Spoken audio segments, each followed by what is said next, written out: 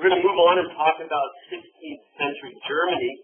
We were looking at 15th century Netherlands when we left off, and we've been talking quite a bit about how art in Northern Europe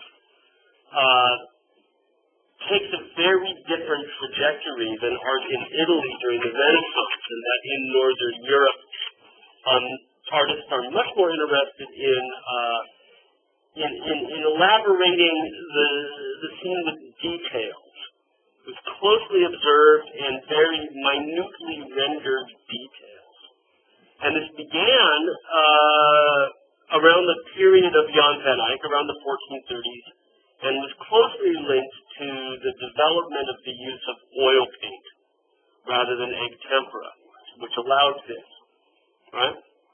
So we saw when we were looking at Roger van der Weyden a similar interest in really tightly rendered, very, very small details, but used for a very, very different purpose, to focus on the emotional impact of the scene, right? To focus us in on the different mourners as they watch their Savior lowered from the cross. It's very human, right? Now that's been something that's true for all of the Renaissance. It's not unique for Roger van der Weyden. But what's different about him than, say, Giotto, who's also interested in the humanism of the scene, is the degree to which he renders it through these tight, tiny details, right? And that continues into the 16th century in the Netherlands and in other countries in Northern Europe. So we're going to move to Germany and look at a few German artists who very much pick up on this trend, this new innovation of using oil paint to render tiny details, right? And this is a nice comparison, really, side by side, because Roger van der Weyden's work is really about sort of an inward emotional quality, right? It's about a sort of spiritual suffering, an emotional suffering. Matthias Grunewald in Germany, this is about a physical suffering. Now, the Virgin Mary on the left still faints into the arms of St. John, just as she does in Roger van der Weyden's work. But you'll notice that the focus of the scene is that body of Christ, and as we look in detail, you'll see he's been horrifically tortured. There's scars everywhere. You can begin to make this out. Look at his hands, right? But everywhere we look, there are flecks of shards of things stuck in his skin. And it really is about even the emotional reaction of the Virgin Mary and Mary Magdalene on the left. It's very, very physical. Now, it's still emotional, but it's rendered in a much more sort of overtly outward, dare I say, violently physical way. Right? It's a similar idea, but approached very, very differently. Okay? You'll also notice that it's not in a box. Right? It's set in a darkened landscape. The Bible tells us that the sun eclipsed at the moment of Christ's death, and so we're seeing that as well. But we're on the sort of mountaintop with the distant landscape behind us. Let's look at it larger. It's part of a larger work. And I'm not going to go through the whole thing because it would take us forever. Suffice to say that this is like the Ghent altarpiece, which you may have seen online by now. You're supposed to be looking at that, where the wings on this open up. Right? So you can see the scene running right down the side of Christ, and right here, right on this side, on his arm. And that would then hinge and open up and reveal more paintings on the inside. The same holds true at the bottom in the predella, where it too opens up. Right? In this case, and this is typical for Germany, it will open twice. So open once, there'll be some scenes, and it'll open again, and there'll be sculptures inside. It's a really sort of phenomenally interactive piece of work. Not that you could walk into the church and open it, but there would be part of that performance during the Mass where the priest would open it. It's in the city of Colmar, and if you go see it today, they've got each of the openings in a different place. So you can walk around and see it. Nobody has to move it around for you, right? So our crucifixion scene is in the center of this altarpiece and was flanked by wings on either side. Now those wings don't close over. As you can see, they wouldn't cover it up.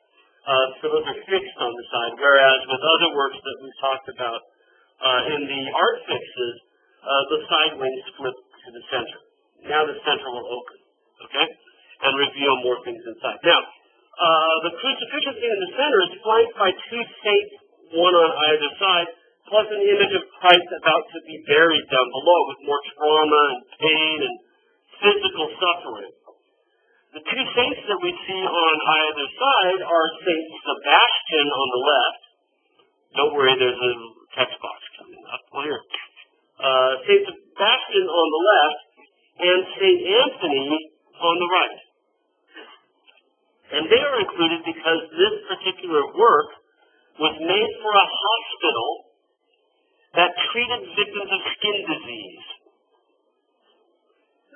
Right? And that hospital, the Isenheim Plague Hospital, was dedicated in the Middle Ages and Renaissance to St. Anthony and St. Sebastian. This is why they're here. Right? Whenever we have patrons, whenever saints appearing extraordinarily in a work of art, there's usually a reason for it. Somebody's asked for those particular saints. So this, they are the patron saints of the hospital where this was placed. This is the chapel of a hospital. Over and above that, both Anthony on the right, Sebastian on the left, are also patron saints of plague sufferers, because plague was seen primarily as a suffering of the skin. And that seems to dictate a lot of what we see in the picture. Everything from those two saints to the focus on the skin of Christ.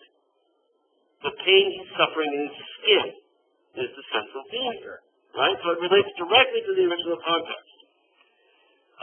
St. Sebastian, if you don't know, was shot full of arrows. This is why he's the patron saint of skin ailment sufferers, tied to a post and pierced like a pincushion. I don't know how many times, but enough to kill you. Oddly enough, he didn't die. He was nursed back to health. And this is why people who suffer skin ailments look to him, because it looks like it's going to be the end. There's no living through this, and lo and behold, you make it. Right? So, there's St. Sebastian on the left. You can see angels in heaven bringing him a crown of glory for his suffering, even though he's not done yet. He'll have to be stoned to death. Right? And his body will be chucked in the sewers of Rome, in the Cloaca Maxima, in Rome. Just so you get a sense of this interest in skin ailment. This is kind of a gruesome class, guys. So if you're sitting in the back, maybe it was a good choice today to not get on your face for doing it, right? But lots of wounds these people seem to suffer. Although if you look at his face, it's like that, Monty Python says, merely a flesh wound, right? It's not a big deal or anything like that. But you can see the scars, the bleeding, the skin's gone dead around the outside. It's really kind of hard to look at. On the right-hand side is St. Anthony. St. Anthony was a hermit saint. He turned his back on civilization and lived in the desert, miraculously fed by ravens every day, brought him his daily bread so he could survive. But also while he was in the desert, in the wilderness, he had a series of visions where Satan tried to sway his dedication to God. And one of these was where he was attacked by demons, where he had these hallucinations, was attacked by demons, and his body was borne up in the air by a bunch of creepy, crawly demons, and they said, if you don't turn your back on God, we will throw you down on the rocks below. And he said, but my God is stronger than you, and they said, but you're right, and they put him back down again, right? But we see this about to happen in the background. Oh, sorry, there we go. We see this about to happen in the background because one of the demons that's about to attack him is tearing his way through the window, right? And it's about to have at him. And if we open it up, the second opening, remember the wings open twice, we see him actually being attacked by these demons, right? But he is steadfast in his faith. Now, the reason he's here, not only is the patron saint of plague sufferers, but the people at this hospital were suffering from what was called at the time St. Anthony's fire. It was a horrible skin rash that came accompanied with hallucinations. And we now know, in fact they didn't at the time, but around the 1570s or so, they finally diagnosed it as ergotism. It came from eating moldy rye bread, arrogant mold on rye bread. Don't ever eat moldy rye bread, right? Don't try this at home. But it gave these horrible rashes, but it also in ergot mold is the active ingredient LSD. People were tripping, right, as well. So St. Anthony is included for twofold. One, St. Anthony's fire, right, the disease they were treating, but secondly, because of his visions that he had while he was starving himself in the desert. Visions of demons, and so his experience mirrored the experience of the people in the hospital, right? So the saints are included to have a resonance, right, and a relevance to the primary audience of the piece, right? Now, if we look more closely at the center panel again, come back to the center panel. I sort of already, I was going to ask you guys to identify the figures, but you can tell that on the left there's the Virgin Mary, wringing her hands, and she's gone pale again, just like Roger van der Weyden's deposition, where her skin has gone pale, falling into the arms of St. John the Evangelist. That's the exact same person who catches her in Roger van der Weyden's work. That's fairly common to see her swoon and begin to faint as Christ dies in front of her eyes. Not only is it very human, but it gives again that idea of her having compassion for his pain. Right? What he suffers in the body, she suffers in her heart. Yeah. At the foot of the cross is Mary Magdalene. And you can see that even though they are crying and wailing as they were in Roger's work, it's a much more physical kind of demonstration, especially with their hands, right, and their fingers. Directly behind the cross is an ointment jar. Mary Magdalene was believed through the Middle Ages to be the woman that anointed the feet of Christ with oil using her hair while he was dining in the house of Martha and Mary. And so she often appears with that canister behind her as a symbol so we can easily recognize her, right? On the opposite side is John the Baptist. And we know it's John the Baptist for two different reasons. One is that when he prayed in the desert, he wore a hair shirt. This is a hide or a fur. But he wore it with the fur side out, which is uncomfortable. Right? You wear it with the fur side in, it's all nice and soft, right? But you wear it with the fur side out, and the untreated side in, then you've got the barbs at the end of the hairs, and they just scratch it like a virgin wool shirt, right? And he wore it specifically to be uncomfortable so they wouldn't relax in the comfort of being human. He would keep his mind on spiritual matters, right? So that's how we know it's John the Baptist is from that. We also know from the lamb down below, and you'll notice there's a little lamb with a tiny little makeshift cross, and the lamb is bleeding into a chalice. If you've played the online art fixes that are part of the homework, you'll know that this is lifted directly from the Ghent altarpiece by Jan van Eyck, where on the altar we see a lamb, the Lamb of God. Now, when John the Baptist sees Christ coming before him at the River Jordan, when he's baptizing his followers, he stops and he says, "Behold the Lamb of God who takes away the sin of the world." Thus, for him, the lamb becomes his symbol. And you'll notice that he's pointing at Christ, right? The real Lamb of God, even though he's got his little symbol next to him. Right? So I guess in a way, Christ appears here twice, doesn't he? Once physically and once symbolically. The third way we know it's John the Baptist are the words that are inscribed there next to his head, which are also words that he says when he meets Christ and baptizes him at the River Jordan, where he says, "I must decrease so that he may increase." Right? I must step aside, right, to his followers. This is the guy I'm talking about, right?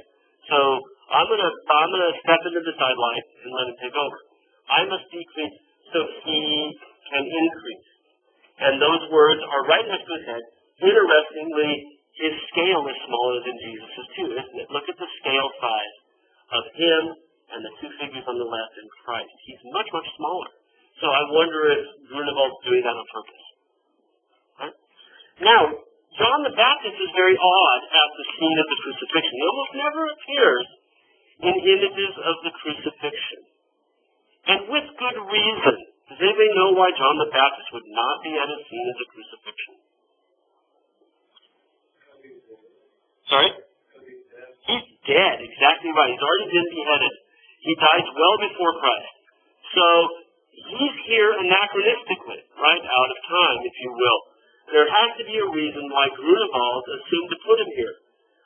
You might think, oh God, he just didn't know, he didn't read his Bible, but come on. Right? And by the way, it's huge, right? The central panel is about 10 feet across, right? A massive work. So he knows he's dead, but he chose to include him for a particular reason. This again goes directly back to the plague hospital. They didn't have a cure for St. Anthony's fire. They didn't even know what it was yet, right? They hadn't even diagnosed it as ergotism yet. They didn't have a cure for it. All they could do was palliative care, right?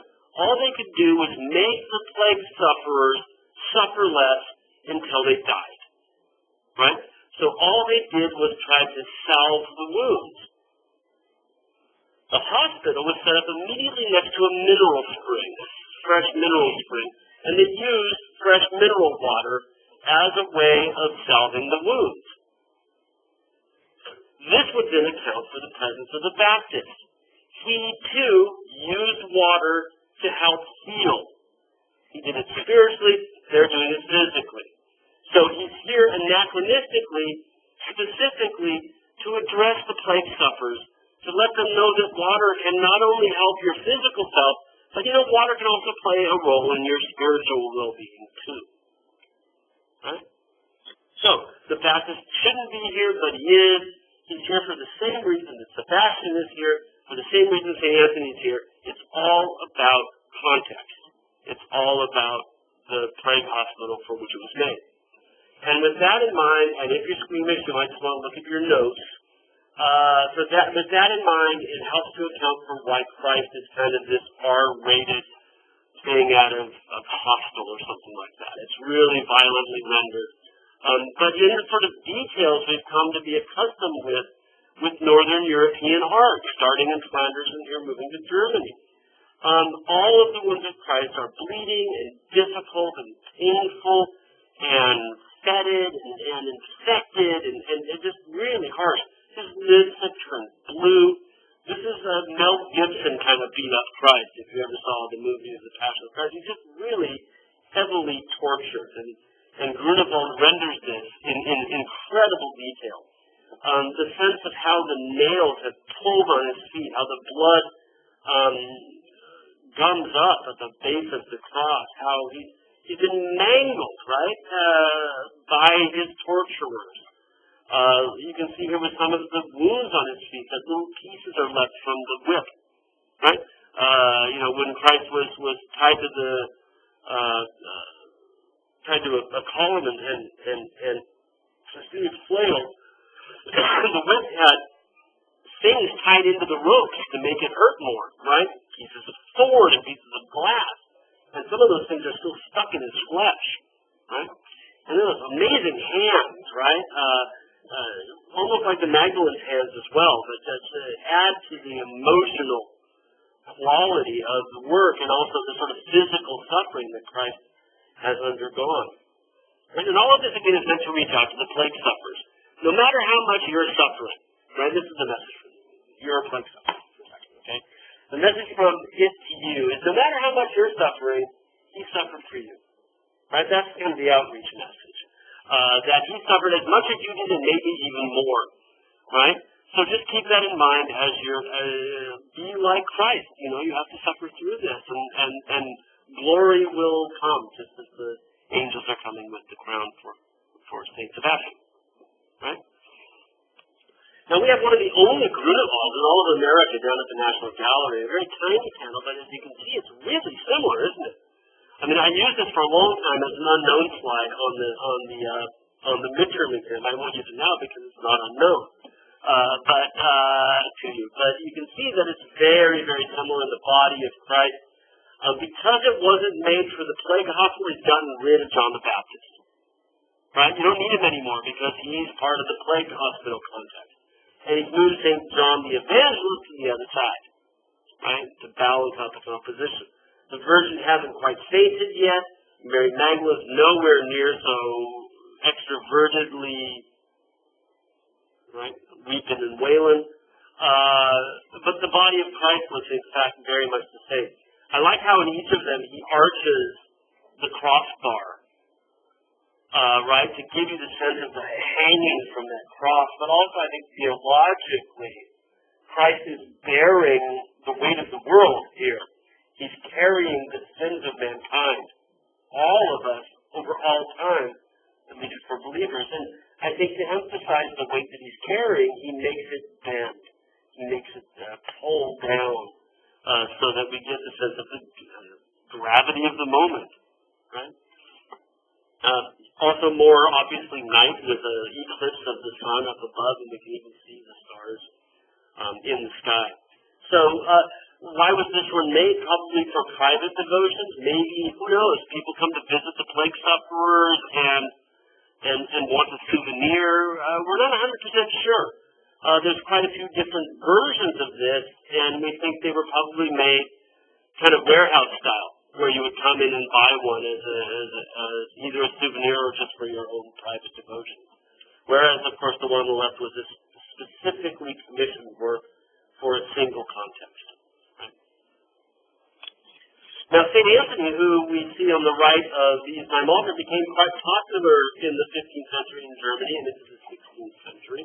And going back a chapter, we'll pick up a little bit on Germany here to look at this print. This is the first work on paper that we've seen in this class. Everything's been painting or sculpture up to this point. This is where St. Anthony now is being lifted into the air by these demons who want to threaten him. So in Grunewald's piece on the left, we see the demon ripping his way through the window, but here we see they've got it, right? And they're taking him way up in the air. You can see the mountains only barely there in the lower right corner, right? So he's well aloft over the top of them. And yet at the middle of this cacophony of attack, right? St. Anthony is this calm center, isn't he? He just sort of stares out at us, placid in the middle of the turmoil. Martin Schongauer seems to have a heck of a good time making demons. And in fact, whenever artists have the opportunity to render demons, they seem to, pull out all the stops. I imagine it must be pretty fun, right? To sort of put different animal types together to come up with these horrific creatures, that are part toad, ears that look like moose antlers, ram horns, beards, feathers, hooves, all coming together. And just as I think Schongauer is having a good time making these things up, it looks like the demons are having a darn good time as well, yanking on Anthony's clothing and doing everything they can to torture him. But again, the look on his face is one that simply says there's no way in which you're going to really hurt me. Another detail in the upper right corner, some of the figures look more human than others. And again, there's almost no type of hybrid that we can't find here. Some animal that we can't find as they almost can hear the image as they scream around him. Notice also the fixation on anuses as well. Right? They almost all show their butts to us, and it makes it that much more kind of disgusting in its way. What we're looking at here is what's called an engraving. It's a type of art making that became very popular in the 15th century, primarily in Germany, but also in Italy. And the way you make an engraving, anybody ever make engraving or etching for that matter? I haven't created this as well, right? But we pointed our history. Engraving, what you do as an artist with an engraving is you take a metal plate, probably copper, but sometimes it's zinc, right? Or soft. And you carve a design into it. drawing on a flat surface, you simply carve lines into the plate. And what you can do once you carve these thin lines in the plate, you can rub the entire plate with ink and then polish it off. And the ink will stay in the places that you carved. And you polish off the flatness. Right? Then you can run it through a press. And the press will push the paper into the crack and get the ink. Right? And you end up with that. Okay? So all the lines that you see here have been carved into the plate. Right? Ink has been printed onto a piece of paper. Which means that once Martin Schongauer does the hard work, the carving, the designing, he has multiple versions of it he can print off. Okay? So if you look at your textbook closely, it'll tell you maybe that the impression that's illustrated in your text came from Cleveland or New York, but we've got one down to the National Gallery as well. Right? Multiples from one, which is great for marketing, isn't it? Because you're not done. Right? You don't the part of your first one time. Right? You can sell it and sell it and sell it and sell it. Right? So you take a plate that sort of beveled on the edges like yay, right? And you carve these lines into it that look like that, and you use a tool that has a sort of diamond-shaped end, like this, and then at the end here it's got like a knob on it to hold your hand. And this is like sharp as can be, that little point there. And you push that through the plate, and it digs out little pieces of metal that can flexion out, right? So every line you see here, all of the cross-hatch lines on the round lines are a man, Schongauer will certainly be taking a steel, sharpened steel burin, that's what that's called. With an eye, not like Martin Van Buren. And he's pushing that hard metal, sharpened hard metal to the top of them. Which, as you look at the lines, is pretty incredible. Like, he's got rounded lines here, which are hard enough to just draw, let alone like that. And there's a lot of resistance, right? Anybody who does this is very much the time will end up with scars. I had scars on my fingers from what I did actually, right? Or did engraving, okay?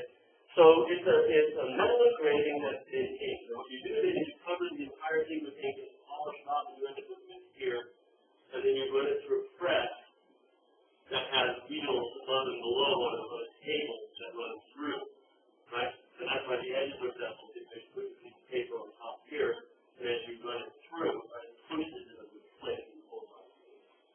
Right? So it's a newish process. The earliest engraving we have is 1410, 1420 or so, and from Germany. This is the same time that, by the way, Gutenberg is developing the printing press for letters as well, right? It's all part of the new interest in works on paper in 15th century Germany, which has to do with a certain democratization of things, right? These would be significantly cheaper than paintings, which means that, on a Marymount Festival, there's no way I'm buying paintings, right? If I were living back then. My salary's not that much. But I could afford maybe a print.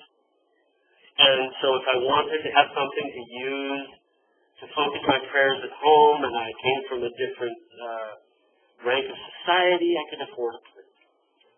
That said, the amount of detail that artists like Schongauer bring into printmaking meant that immediately people started collecting them, not for devotions, but also just to have, right, different impressions. And so they became sort of a luxury item for people to own. Now, this is an important thing to focus on, this technique, because we're going to be looking at prints for the next 15 minutes or so. Printmaking in Renaissance Germany. Right? So here on the left, please put the cell phone away. I thought it's kind of in the dark. It's very easy to have it out. Make sure it's not out and about. Okay. On the left is a woodcut, which is also a printmaking process, and it functions exactly the opposite way. Right? Again, this is back in the introduction to your textbook, but we have a copy down at the National Gallery by the most famous printmaker from Germany at this time, Albrecht Dürer. And the way you make a woodcut is exactly the opposite. So in engraving, you're carving the lines, but in a woodcut, you carve the whites. And you carve away the parts that don't print. So in a woodcut, it's gone perspective, right? You would cut away everything except for the parts that were printed. if this was your wood block, right, you would tend to see these parts. You would roll it with things, and it would stay on top of the mountain rather than being stuck down the valley. Okay? And then you lay the piece of paper over it, you just rub it with your hand, and you'll get it being transferred. You don't need to create pressure, you don't just drive it down into those grooves, right? So it's called relief printing, wood block is, versus this, which is a disappointing word, is polyoprinting, right? There are two different printmaking processes. And so when we look at what Dürer has done, right, all of the lines that you see, these striations that make up the sky in the background, the shading lines on the leg of this figure, the lines down here, what he's done is he's carved away the white and left the black rays. He's working in negative, if you will. And as we dive into it and look more closely at this and other works by him, we'll see that this is pretty fantastic, technically speaking. He really is a fantastic woodcutter, right? He's one of the best woodcut artists, maybe of all time, right? Now, subject matter, the four horsemen of the apocalypse. You've probably heard of this, right, before, right? This is the harbinger of the end of time. This is the messengers of the end of time. And it comes out of the book of Revelation, right? St. John, at the end of his life, spent time on the island of Patmos off of Greece, where he had a series of visions that he wrote down, where God revealed to him what was going to happen at the end of time. These are the book of Revelation, the Revelations of St. John, right? And they're fairly visionary. They're very difficult to interpret. To this day, people are reinterpreting them, right? And this leads to numerous cults, right? Branch Davidians from a decade or so ago, others as well, because the language is such that it could fit any number of different situations, right? And in chapter 6, he talks about the fact that these four horsemen come roaring across the landscape and kill everybody, right? Now, this was one of a series of 14 different prints that Dürer issued illustrating the book of Revelation. Carved them all in 1498 or so. It was finally published in 1498. And he was really going back to this idea that printmaking allows you to market yourself more widely. Dürer was the marketer, man. He not only did he issue these prints one at a time, so you could buy each one as it came out, but he also issued it in a bound copy, right? With the text on the back. So if you opened it up, you'd see a front page, which was a portrait of St. John. You turn it, and on the back would be printed the text, and there's the image that the text illustrates, right? And he did it in German and in Latin. So it didn't matter what you read, right? He's got it out there in multiple ways, as well as prints with nothing on the back that you could just collect, right? So there are multiple ways in which he's marketing himself here. What's interesting about the printed books with the text is that the entire text isn't there. He only included as much of the Apocalypse, or the book of Revelation, as was necessary to explain the print. So it's not an illustrated text, it's a picture book, right? The text explains the image rather than the image illustrating the text. Because it's not there if you want to read all of the book of Revelation. You simply can't. Right? It's only enough to explain the pictures. Now, what do we see here? Revelation chapter 6 talks about these four horsemen that ride out, each one of them killing 1/4 of the population, all of this leading up to the second coming of Christ. Okay? And he mentions St. John's, back up. Dürer was making this place because he realized there was a market for it. In 1498, leading up to the year 1500, there was a great fear throughout Europe that the world was going to end. Because it was halfway between the two millennia. Halfway between 1000 and 2000. And because St. John's Revelation talks about the millennial reign of Christ, Christ will rule for 1,000 years, at moments when we hit a major calendar landmark, whether it's 1000, 1500, it happened again in 2000. You get people talking about the end of the world. And that sort of psychosis, whatever you want to call it, right? Phobia. There's a name for it, millennialism. A fear of the end of time related to the millennium. Right? So if you guys come out old enough to remember Y2K, but we already thought our computers were all going to melt down, so planes were going to fall from the sky in the year 2000. It's kind of a secular millennialism. There's fear that things in the calendar changing so drastically, the rest of the world does. Right?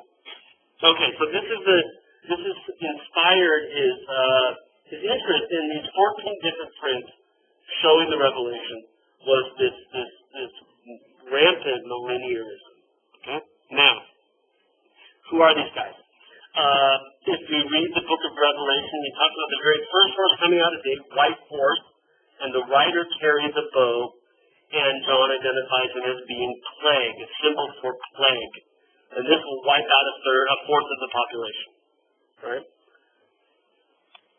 John then describes a rider on a red horse carrying a sword and says that this is war. And war, too, will kill 1/4 of the population. The third of the 4 horsemen is Famine. Famine rides a black horse. You'll notice it's rendered slightly more darkly, but not really black. But again, John says Famine carries a pair of scales in his hands. And that's certainly the case here. And finally, the last of the 4 horses who sweeps up in the wake is Death, who rides on a pale horse. And that's who we see in the foreground, this skeletal figure. Not quite a skeleton, but certainly haggard and on a very skinny and pale-looking horse as well.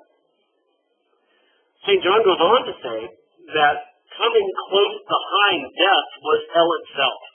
Hades followed close behind. And Durer has included this as well. Why is this coming up goofy like this? I must have accidentally copied slides. Well, there we go. Hell is depicted in the lower left corner as this beast's mouth, which was the standard medieval way of showing hell.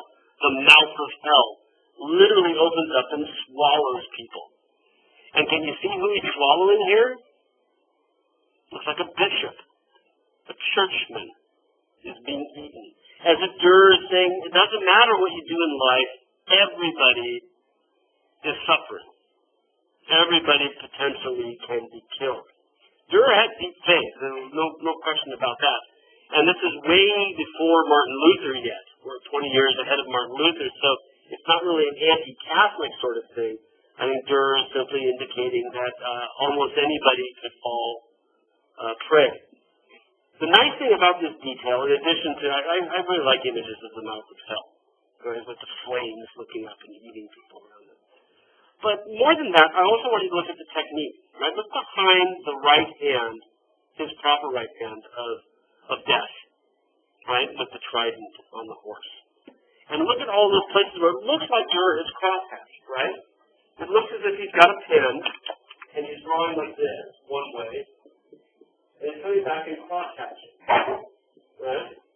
But it's not the way he's cutting. I mean, he's cutting off the white part, which means if you want to get this effect, you've got to cut out that, and cut out that diamond, right?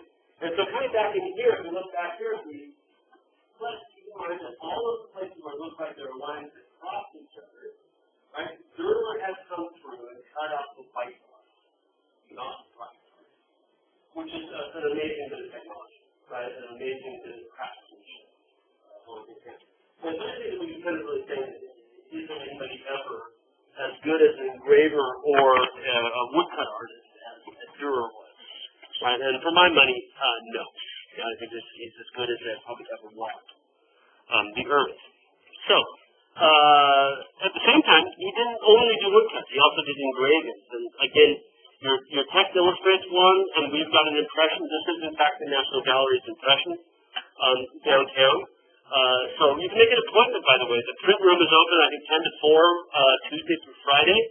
phone them up and say, I want to see your Dürer, and they'll bring it out for you, right? Give you a pair of white gloves and a magnifying glass, right? And let you actually see it. But they don't keep it on display because it's on paper, and that makes it very fragile, right? So here's Adam and Eve, right? This is the moment when the serpent is tempting Adam and Eve. Actually, it's the moment when she's tempting Eve. Adam's not quite in it yet. It's always her fault, right? Because men are in charge, right? So it's always the woman's fault. And so she's the one that's taking the apple from the snake in the center, and she's about to hand it to Adam. And you can see she's already kind of got him into the idea because he's reaching over, and his hand is open, sort of waiting for her to give him the apple, right? Now, I want to, before we get into some of the details here about the symbolism and whatnot, is again look at technique. Here's a close-up of Adam's torso, right? I cut out the naughty bit. But you can see that same exquisite level of craftsmanship that existed in his woodcuts is also here. Again, now he's carving the lines, right? He's not carving the whites, but he's carving the lines. And if you look at the network of cross-hatching and how they actually follow the muscles, in particular his right pec, right? And how he's tucked that shadow underneath the nipple. Not the shadow, but the highlight, right? This reflected highlight here underneath the nipple. And it's all through this network and pattern of lines. When they get darker, it means he carved them more deeply. When they're lighter, it means they're carved less deeply. So he gets tone two different ways, thickness of line and matrix of overlap, right? But it's just absolutely meticulous. It's the same sort of detail and the same sort of interest in refinement that we saw with Jan Van Eyck, but with a very different medium here. Now, you'll also notice, maybe thinking back to Van Eyck, the bodies look very different now. Look at Adam. He's muscular, right? He's really strong-looking, fit, healthy. And we've gone back to that sort of Italian idea of the perfect body that we were looking at, a week and a half ago, right? You asked me about that as well, right? Do bodies of people ever really look like that? Yeah? Well, we've kind of gone back to that with Dürer. He's one of the first artists from the North to actually spend time studying ancient Roman art. Right? He made a couple of trips to Italy. Once in 1494, he goes again in 1506, so after this is done. And he studies Roman statues. And he's really the first of the Northern artists to really start to bring Italian ideas into Renaissance art north of the Alps, outside of Italy. And so his Adam is a translation, right, an adaptation of the famous Apollo Belvedere on the left. And his Eve is an adaptation of a Venus statue. This one belonged to the Medici family. Right? Both of them are adapted from Roman art. And that's the first time when we've talked about Northern European art. Think back to Klaus Schluter, or the Limburg brothers, or Van Eyck. Right? This is the first time we're seeing Renaissance mean revival of antiquity. Right? The very first time. So, that said, he's populating this in a deep German forest. And as you can see, the forest is filled with animals. Right? What kind of animals do we see? Name some of the animals you can make out there. Moose. Looks kind of like a moose, but the antlers are a bit small. It's probably an elk. Right? But a good call because the face kind of looks moosey, doesn't it? But the antlers are more elky than moosey. Elky and moosey. This is what we talk about in college, right? These words like elky and moosey. What else do we see down there? Or up above or anywhere? Sorry, say it louder.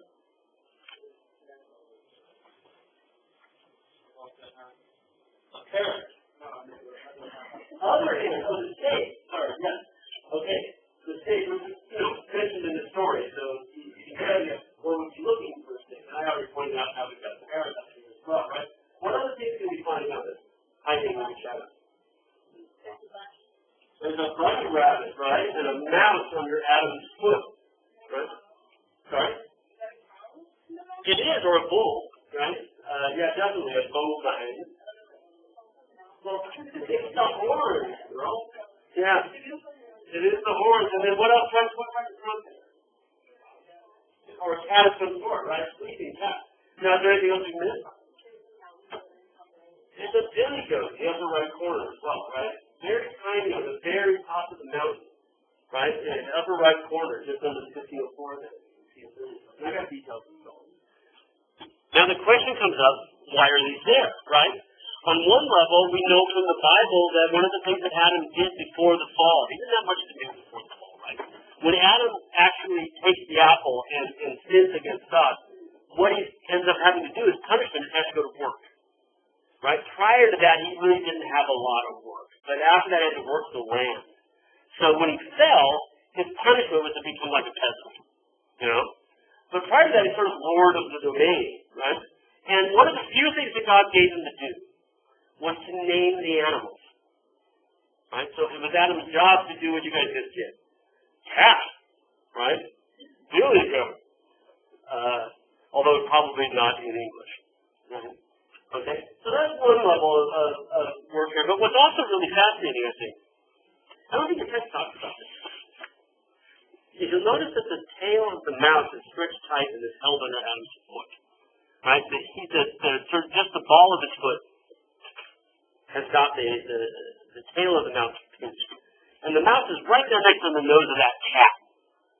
Now, cats and mice, we all know, right? Itchy and scratchy and whatnot, right? They fight. And Adam is got that thing pinned for now. But you'll notice what's happening is he's leaning toward Eve. And as he leans toward Eve, he takes more and more weight off of that foot. Right? This is like one of those Rube Goldberg devices, right? He's going to lift his foot up, the mouse is going to take off, the cat's going to wake up, and all hell's going to break loose. Right? And that for Durer, I think, is a kind of an interesting and quite, I think, kind of funny in a way, symbol for what the fall of man is all about. Right? Is perfect harmony right now. Everything's kind of held in place. But as soon as Adam takes that apple, things are going to explode. Right? Things are going to take off. So the mouse and the cat, right in the foreground, the sleeping cat no less, right, are intended to be, I think, a metaphor for the coming fall of man. With that in mind, the little billy goat in the upper right corner, right, doesn't realize the trouble it's in. And it's standing right on the edge and is looking down, right, but it doesn't care. Billy goats don't have to, right? They're sure-footed. They're like, I'm horribly scared of heights, right? I seriously, parts of my body just tighten up, and my wife makes fun of me. Right? She likes to go stand on the edge of things just to drive me crazy. And I'm unlike that billy goat. I couldn't do that, right? But it can, and on a certain level, it's in danger but doesn't know it, right? It could fall. So it too ties into this idea of exactly where we are with the story of the fall of man right now. Adam is on the precipice. He's on the edge. He doesn't realize the danger he's in as he leans forward to reach for that apple. Now, the other animals can be explained more deeply by knowing that Durer was a scholar, a humanist scholar. And as he began to research ancient Rome, the ancient world, he began to also read ancient texts. And in particular, he seems to have looked at Hippocrates, who talks about the fact that we humans are governed by 4 different fluids in our bodies. This is ancient medicine, right? 1st century AD medicine, or BC. That we are governed by 4 different fluids in our body. These fluids lead to various personality traits. Right?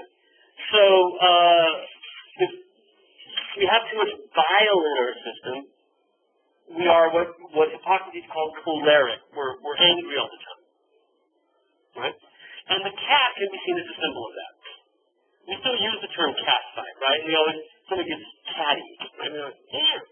You know, they're being mean, being hot-blooded, they're being catty. So the sleeping cat can be seen as almost a symbol of this. It's still in check because Adam, all hell hasn't broken loose yet, right? A second fluid is caused by blood in your body called sanguine. And people who are sanguine are excessively happy and cheery all the time. And the little bunny is the symbol for that.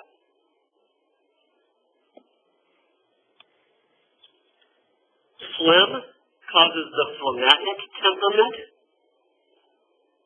And this is laziness. Not a term we use that much anymore. Phlegmatic is laziness. And you'll notice that the ox that you saw in the background, which is a beast of burden, is in fact not working. So this is certainly a symbol of laziness. Finally, the last of the four major temperaments is defined by Hippocrates as melancholy, sadness, loneliness, which is caused by having black gall in your body. I think the text talks about all of this. And our elk, which seems to be lurking behind the tree, peering out from the darkness, is this sort of solitary, lonely figure. Right? Now, Dürer would have known all of these because he studied Hippocrates as he began his studies of ancient Roman culture. So he really is truly a Renaissance artist in the truest sense of the word. Right? And really the first artist of Northern Europe where we can talk about somebody actively looking at ancient Rome and trying to do something with it. That said, his signature appears directly beneath that parrot. Right? And it's in Latin. It says Albrecht Dürer of Nuremberg, he's from Germany, in Nuremberg, made this in 1504. Right? And it's interesting that he gives us where he's from. Right? He tells us where to find him if you're interested. I'm in Nuremberg. Right? That's because he knows these things are going to circulate. They're going to spread far and wide. People can see them. And if they want to find more Dürers, they need to know how to come and find Dürer. Right? What's interesting is he actually leveled the very first copyright infringement lawsuit in Europe ever. Because people in Venice were making copies of his print and with his signature on them. He wanted people to know where to find him, which was up in Nuremberg. Now, all of these works we've been looking at, with Dürer, Grunewald, Schongauer, were really in Germany, no less. This is the period of Martin Luther. We're right in the ballpark of when Martin Luther is active. Right? And leading up to the moment when he leads the Protestant Reformation, which is in 1517. Right? Now you all know this from your history classes, right? This is sort of part and parcel of high school education, right? In 1517, Martin Luther took his beef with the Catholic Church, nailed a list of 95 grievances, protests, on the door of the church in Wittenberg, challenged the archbishop to a debate. The archbishop refused. The Catholic Church did nothing. His protests led to a movement. And it wasn't until 25 years later that the Catholic Church finally responded. I think they were hoping it would just go away. Right? But it didn't. At the same time, all the work they've looked at come before the Reformation. But this period in Germany is a period when we need to talk about the Protestant Reformation. The fact that the church in Europe, in Western Europe, is splitting. And that Germany is becoming predominantly Protestant after Martin Luther. Other areas of Europe remain Catholic. And what is originally a religious fragmentation turns into a political problem as well. Turns into a social problem. Once the church did not respond to Luther and his followers, other people with social issues started to bring them to the surface as well. We started to see peasants revolting, simply because they felt that maybe now is a good time to be questioning authority. Right? that leads us to the next major picture in the textbook, which is by another German artist, Germany writ large. He actually came from Basel in Switzerland. Hans Holbein the Younger. His father, Holbein the Elder, was also a painter, so we refer to him by the name of Holbein the Younger, painting this image of the French ambassadors. Now, Holbein, even though he's from Switzerland, is actually painting this while he's living in England. He's actually moved from Switzerland to England, and this brings Martin Luther into our conversation on one level. One of the things that happened with Martin Luther and the Protestant Reformation is that people began to take the Bible a bit more literally. And one of the things they began to look at was the second commandment, which says that you should make no carved images, which throughout the Middle Ages meant really kind of make no images. To make images, religious images, was seen to be a sin. Now, there were ways that people apologized for it, got around it, but on the norm, there were times when people, when they take it seriously, began to go out and sort of persecute people who made images and also destroy images where they found them. This happened in Basel, where Hans Holbein was living. There was a major iconoclastic riot in Basel in the 1520s. And Holbein went to England instead to continue his career as a painter, because there were no paintings to be made at home in Basel. He moves to London, and on moving to London, he gets picked up by King Henry VIII and becomes the official court painter to Henry VIII. This picture, which you see on PBS all the time, right, is Holbein's portrait of Henry, about one of 6 or 7 portraits of Henry that Holbein did. Now, this all relates to our picture from the textbook, right? Not only Luther, iconoclasm, Holbein moving to London to work for Henry, but also the presence of the French ambassadors. These are ambassadors from the King of France who have come to the court of Henry VIII, specifically to talk to Henry about rejoining the Catholic Church. Henry was part of the Protestants. And the French ambassadors are sent from the Catholic French king to Henry to ask him to come back and join the church. Because politically, the split between Protestants and Catholics was causing other political problems in Europe. So they're there to make peace. Okay? They've come to Henry. And on their arrival, Henry allows Holbein to paint them so they can take this memento back with them, although it's still in London today. Now, why was Henry VIII Protestant? What was his motivation for becoming Protestant? Was he a huge believer in Luther? Right? Derek? He wanted a divorce. It was really personal, right? It's kind of not entirely religiously motivated, right? He just wants out of his marriage. And he can't if he's Catholic, right? He's got to get... So he ends up breaking away from the Catholic Church so he can form the Church of England, who will then sanction his divorce. Okay? So, for Holbein, moving from one Protestant country which has problems to another Protestant country, he's hoping to find a better situation there because Henry is not a zealot, right? His Protestantism is not going to be likely to bring out the same sort of iconoclastic issues that Holbein had seen back in Basel. Okay? Henry's Protestantism is also, since it's not, religiously motivated so much as it is to get this divorce, these guys have a better chance of getting him to come back to the church. Right? So this is why they're there. Now, if we look at the costumes of the two ambassadors, you'll notice that they are representatives of both secular life. Look at how this guy's dressed. Isn't that fantastic? Right? And church life. The guy on the other side is a churchman. And we can tell by the way they're dressed.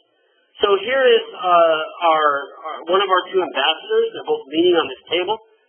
The table has bunk bed style, right? It has two levels, and it's covered with devices, implements that relate to learning. Because both of these people were humanist scholars, both our secular leader and our religious leader. And so we have references to science, music, literature, right? They've done their liberal arts core education, right? They've taken the right classes, if you will. And they seem very comfortable surrounded by these different objects that are all objects that emphasize learnedness. Right? Here's a close-up of the churchman. Oh, by the way, the guy on the left, he's got I believe that's a spyglass in his hand. And his elbow is right next to a globe. And you can see there's another one down below.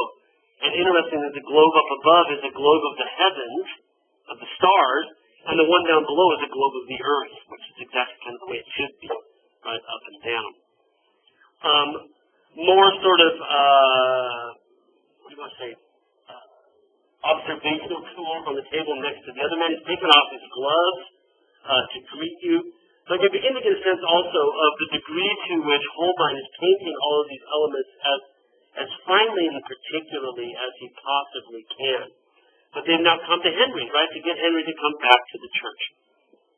On the table are these different elements that are about observing the heavens, observing the earth, sextants and whatnot, and Holbein has not only measured them out and made them absolutely precisely, but you can see this is one of the Google Art Project gigapixel images, right? So we can zoom in really closely and see that Holbein's created all these little objects, sun dials on the side, with sort of loving precision. That's that northern interest, right? It started with Van Eyck, but continues.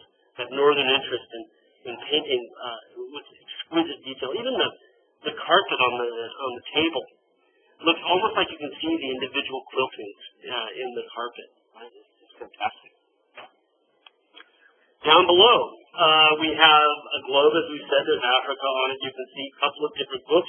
You'll notice that on the right are musical instruments next to our churchman. There's a lute, a set of pipes, and there's a book of music that's actually facing toward us. And we can read it. We can see it. It is Luther's hymns. This is one of the hymns that Luther himself wrote. So this ties into this idea that Luther has caused some disruption in Europe that they are here to solve. And we could actually play this if I believe it's been identified. We can read the words as clear as day, right? Gesungen. Gesungen at the very end there, right? So it's not at all hard to read.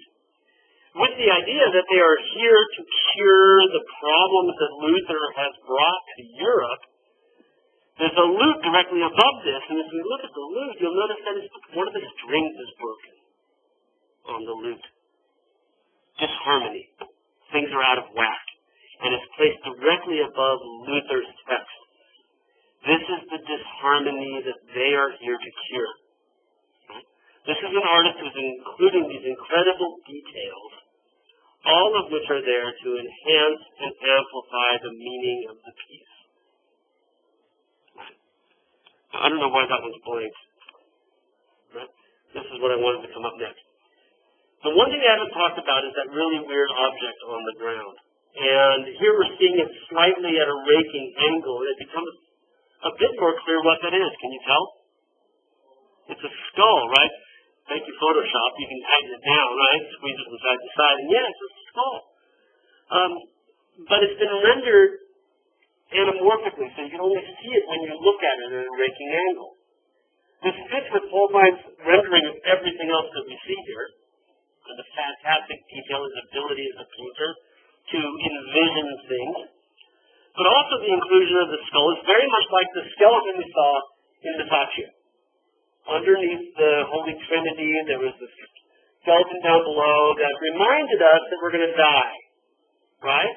This is also a reminder of mortality. That once you see it, once you recognize it, all the things of the world, all of the humanist learning that you might engage in is for nothing if you don't have your house in order, right?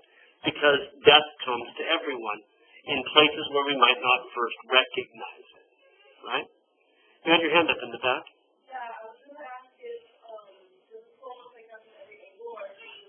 I think you have to either lay down here, right? I'm not going to do this.